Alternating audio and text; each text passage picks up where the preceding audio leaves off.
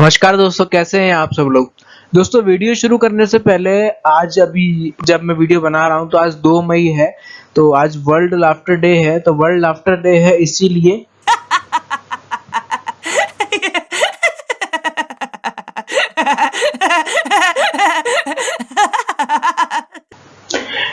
ठीक है। तो ये थोड़ा ज़रूरी था क्योंकि हमारी ज़िंदगी से लाफ्टर गायब होता जा रहा है और laughter is the best medicine.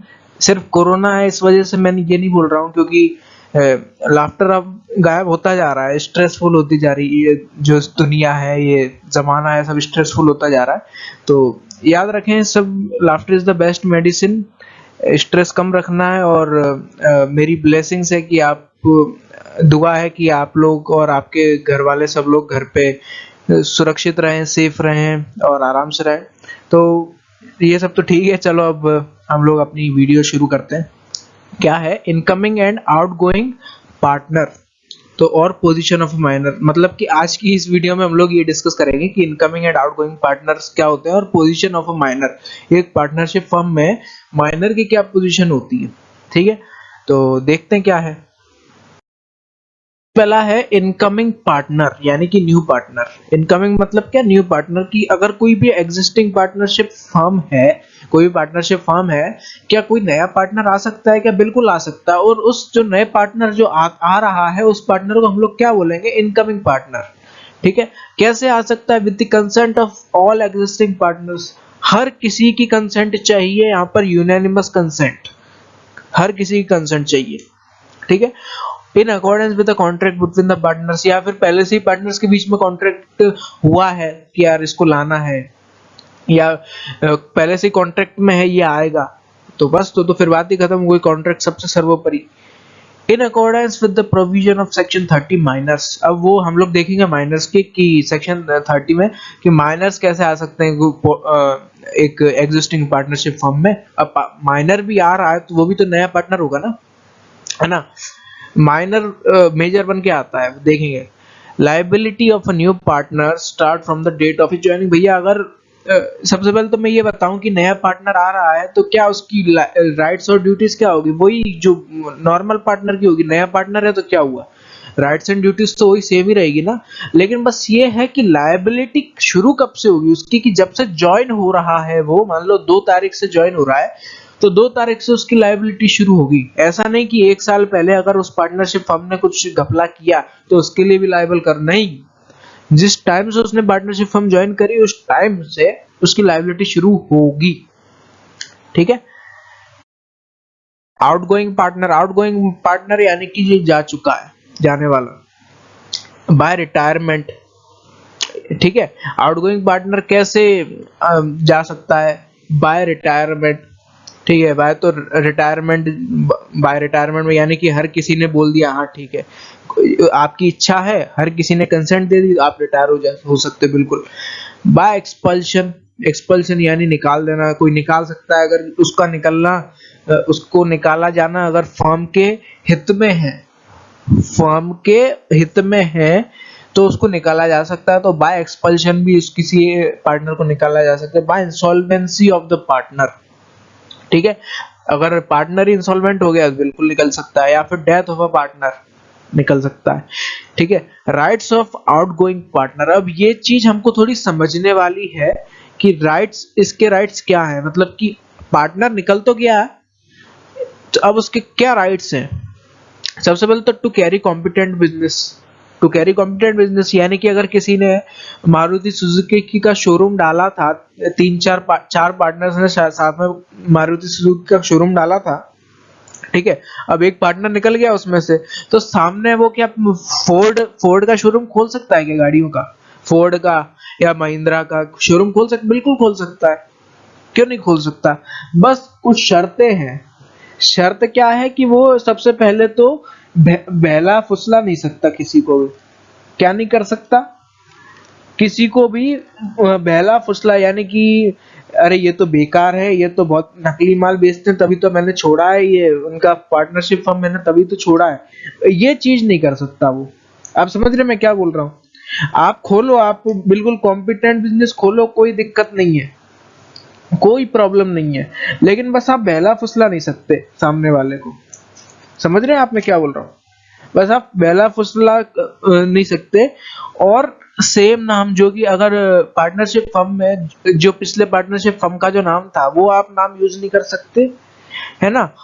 और तीसरी चीज, आप अपने आप को उनका पार्टनर नहीं बता सकते। आपने फोर्ड फिगो का वो खोल लिया, शोरूम खोल लिया, ठीक है, आपने शोरूम खोल लिया, अब आप ऐसा नहीं बता सकते कि मैं तो उन्हीं का पार्टनर हूँ। आपको निकाल दिया ना, आप निकल गए, जो भी चीज है। अब आप as a estoppel holding out, हमने डिस्कस किया था पिछली वीडियो में, वो नहीं कर सकते। आप अपने आप को रिप्रेजेंट नहीं कर सकते कि आप अभी भी उनके पार्टनर हो, ठीक है। टू कैरी, अब पहला राइट तो यही है, carry competent business. Right to receive share in firm's property. भाई जब आप निकल रहे हो, ठीक है, अब आपका जो शेयर है फर्म की प्रॉपर्टी में, जो भी आपका शेयर है वो आपको मिलना चाहिए, ये तो राइट है आपका बिल्कुल। इंटरेस्ट ऑन अनसेटल्ड बैलेंस, यानी कि अगर आपका, आप निकल रहे हो 10 लाख रुपए आपके बकाया हैं, अब आपका राइट है कि आपको उस पर इंटरेस्ट भी मिल सकता है। और इंटरेस्ट कितना है? 6% per annum, 6% per annum, 6% per annum, ये इंटरेस्ट है अनसेटल्ड बैलेंस पर। तो ये थे राइट्स ऑफ आउटगोइंग पार्टनर, बस यही था सिंपल सा, इनकमिंग पार्टनर, आउटगोइंग पार्टनर। अब देखते हैं जरा माइनर की, माइनर क्या, position of a minor, position of a minor. अब हमको पता है, ये जरा ये 1 मिनट के लिए भूल जाओ मैं क्या बोल रहा, ये जो भी लिखा हुआ है मैं क्या बोल रहा हूँ, मेरी बात सुनो आप। माइनर किसी भी कॉन्ट्रैक्ट में पार्टिसिपेट नहीं कर सकता, अगर करता है तो वॉइड हो, वॉइड कॉन्ट्रैक्ट है, वॉइड अब इनिशियो, शुरुआत से ही वॉइड है वो कॉन्ट्रैक्ट। लेकिन लेकिन जो पार्टनरशिप का कॉन्ट्रैक्ट है, पार्टनरशिप के भी कॉन्ट्रैक्ट में माइनर नहीं आ सकता, लेकिन उसको सिर्फ प्रॉफिट के लिए, जो प्रॉफिट है उसके लिए उसको रखा जा सकता है। क्या बोल रहा है ये चीज? A minor can not become a partner and hence does not bound by contract in partnership. He can be admitted to the benefit existing partnership with the consent of all the partners. सिर्फ profit के लिए, सिर्फ profit के लिए उसको रखा जा सकता है। अब सिर्फ प्रॉफिट के लिए रख रहा है, इसका मतलब तो सीधी सी यही बात है कि उसको लॉस के लिए वो लायबल नहीं माना जाएगा, बिल्कुल। सिर्फ उसको, सिर्फ अगर वो जो आदमी है अंडर सेक्शन 30, हमको सेक्शन याद रखना है, इसका इंपॉर्टेंट सेक्शन है सेक्शन 30। माइनर को सेक्शन 30 के अंडर लाया जा सकता है, पार्टनरशिप फर्म में इंक्लूड किया जा सकता है by the consent of all the partners. ये तो इसको तो आप याद करके रख लो कि पार्टनरशिप फर्म में तो सबकी कंसेंट लगेगी। किसी को बुला रहे हो तो भी लगेगी, किसी को भेजना है तो भी सबकी कंसेंट लगेगी, ठीक है। अब माइनर को भी बुलाया जा सकता है, सिर्फ उसको प्रॉफिट में हिस्सा मिलेगा, जो भी जितना भी प्रॉफिट जो भी है, सिर्फ जो भी बेनिफिट है उसके लिए हिस्सा है उसका, ठीक है। वो कोई कॉन्ट्रैक्ट का, पार्टनरशिप का कोई पार्ट नहीं है वो। ये है पोजीशन, माइनर की पोजीशन ये है। अब राइट्स ऑफ अ माइनर, अभी बाकी की चीजें अभी हैं वो डिस्कस कर रहे हैं हम लोग अभी। अब इस सबसे पहले राइट्स देख लेते हैं। Right to his agreed share in the profit of the firm, ठीक है, जो भी शेयर तय हुआ है, नक्की हुआ है उन दोनों के बीच में, पार्टनर्स और माइनर के बीच में, उसको वो शेयर मिलेगा, उसको he can have access to inspect and copy, उसको भी अकाउंट्स की जो कॉपी है वो देख सकता है, कॉपी कर सकता है वो, ये भी राइट है। He can sue the partners for accounts और for payments of share only after serving after serving connection with the firm, after serving connection with the firm। यह सर्विंग नहीं है, ये सीवियरिंग है। और इस सीवियरिंग का मतलब क्या होता है? सीवियरिंग का मतलब कि कनेक्शन काटने के बाद, मतलब कि आप माइनर हो, आप माइनर हो, आप माइनर हो और माइनर को अगर केस करना है, अगर माइनर को केस करना है तो माइनर केस कब कर सकता है? कि जितने भी पार्टनर्स हैं, पार्टनरशिप फर्म है, उससे कनेक्शन काट दे अपने पूरे, तो आप केस कर सकते हो, सू कर सकते हो पार्टनर्स को। कब? जब आप अपने कनेक्शंस काट रहे हो। ऐसा नहीं कि आप प्रॉफिट भी ले रहे हो और साथ में फिर आप केस भी कर रहे हो पार्टनर्स के खिलाफ, नहीं। आप पहले फर्म से कनेक्शन काटो, उसके बाद आप केस कर सकते हो, ठीक है। सर्विंग नहीं, सीवियरिंग, ठीक है। ऑन अटेनिंग मेजोरिटी, अब आया अपनी चीज। तो चलो अब इसको भी 1 मिनट के लिए आप जो भी लिखा है, अब 1 मिनट के लिए ये अभी अभी अभी के लिए नजरअंदाज करो आप। मैं क्या बोल रहा हूँ मेरी बात सुनो आप, ठीक है। अब एक माइनर को अपन ले तो लिया था, अब वो हो गया 18 साल का, आज ही वो 18 साल का हुआ है। तो अब क्या है, अब वो जो माइनर है, जैसे कि मान लो मेरी बात करते हैं अभिषेक, अभिषेक यानी कि मैं आज 18 साल का हो गया और मैं माइनर हूँ, माइनर था पहले और मैं किसी पार्टनरशिप फर्म का हिस्सा था। मैं 18 साल का हो गया यानी कि मैंने एज ऑफ मेजोरिटी अटेन कर ली और मैं किसी भी कॉन्ट्रैक्ट में पार्टिसिपेट कर सकता हूँ, ठीक है। अब मेरे पास एक खुद का डिसीजन है, मेरे पास खुद का डिसीजन है कि मैं चाहूं तो उस पार्टनरशिप फर्म का पार्ट हो भी सकता हूं, पार्टनरशिप फर्म का पार्ट हो नहीं भी हो सकता हूं। मतलब कि जो एज अ माइनर था ना पहले, तो मैं अब चाहूं तो मैं पार्टनर बन भी सकता हूं, चाहूं तो नहीं भी बन सकता हूं। अगर मैं नहीं बन रहा तो अब मैं माइनर तो रहा नहीं, तो एज अ माइनर सिर्फ प्रॉफिट के लिए हिस्सा तो मैं नहीं ले सकता, सीधी सी बात है। तो चाहे तो आप, जब अगर मैं हूं तो मैं चाहूं तो पार्टनर बन भी सकता हूं, नहीं भी बन सकता हूं। आपको ये 6 महीने के अंदर फिक्स करना होता है कि अगर 6 महीने का टाइम मिलता है आपको, 6 मंथ्स का टाइम मिलता है आपको ये डिसाइड करने के लिए कि आपको बनना है या नहीं बनना है।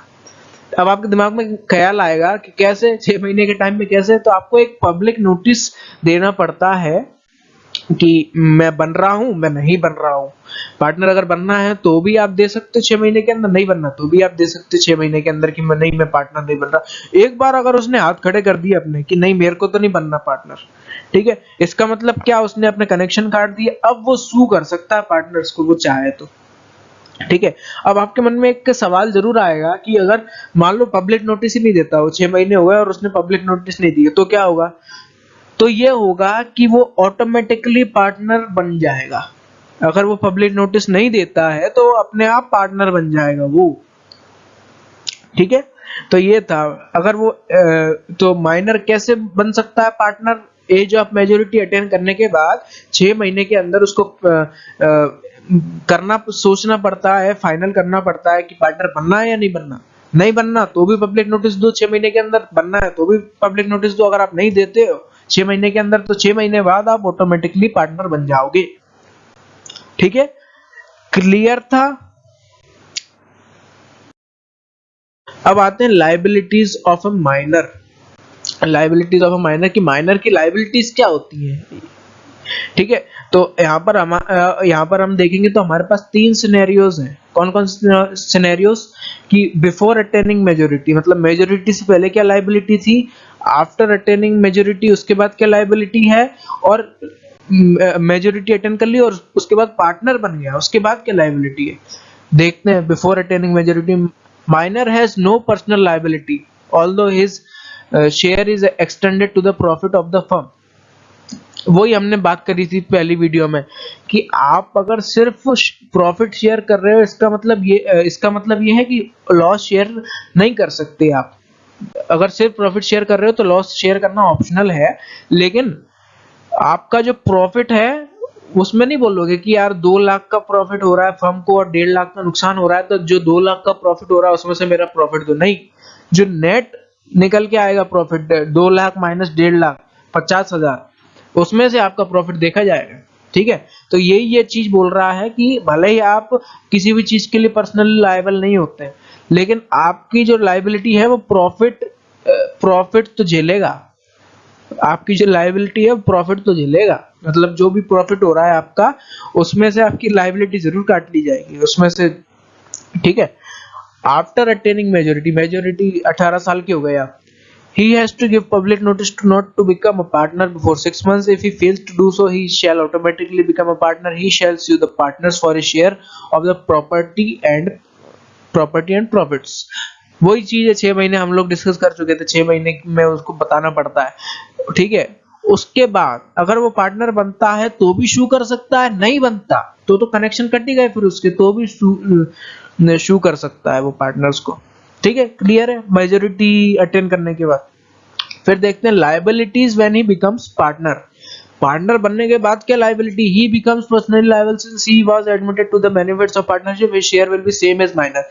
उसका माइनर था उस टाइम पर, उसका क्या शेयर था, मान लो 30%, तो पार्टनर बनने के बाद भी उसका 30% शेयर रहेगा। ठीक है, अगर पार्टनर बन जाता है तो भी उसका 30% शेयर रहेगा। और अगर वो पार्टनर बन गया, इसका मतलब कि unlimited liability, unlimited liability. Welcome to the दुनिया ऑफ अनलिमिटेड लायबिलिटी माइनर।